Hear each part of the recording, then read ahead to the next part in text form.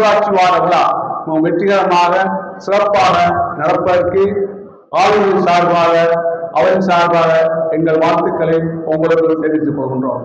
உண்மையிலேயே மறுமலர்ச்சி நகரம் என்பது இந்த நகரம் சகல குணங்களிலும் வளமான ஒரு நகரமாக இருக்கணும்.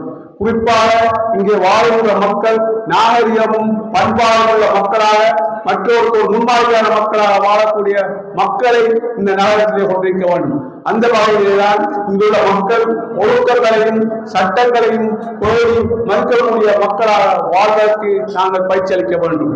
உண்மையிலே உள்ளூராட்சி சபை சட்டங்களிலே நியாயமான சட்ட விதிகள் இருக்கின்றன. நான் அமெரிக்காவிலே வாழ்ந்தபோது அந்த மாநகர சபை உலகத்திலே புகழ்பெற்ற மாநகர சபை சிகாகோ மாநகர சபை, அந்த சிகாகோ மாநகர சபையிலே மாணவர்கள் யாரும் மாலை 6 மணிக்கு பிறகு வெளியிலே செய்ய முடியாது. அப்படி தெரிந்தால் போலீசார் அவரை கைது செய்து கொண்டு போலீஸ் நிலையத்தில் அழைத்து விடுவார்கள். பேரண்ட்ஸுக்கு தகவல் அறிவித்து பேரண்ட்ஸுக்கு கூடாதான் அவரை விடுப்பார்கள். அவ்வாறு குற்றவாளிகள் நிறைந்த சிகாகோவிலே அந்த மாணவர்களை எப்படி பக்குவமாக வளர்க்கின்றார் என்ற தன்மையை நாங்கள் இங்கும் கையாள வேண்டும். பார்த்தால் வீடுகளிலே மாணவர்களும் சிறுவர்களும் தான் பிரிகின்றார்கள், ஏழைகளும் பிரிகின்றார்கள்.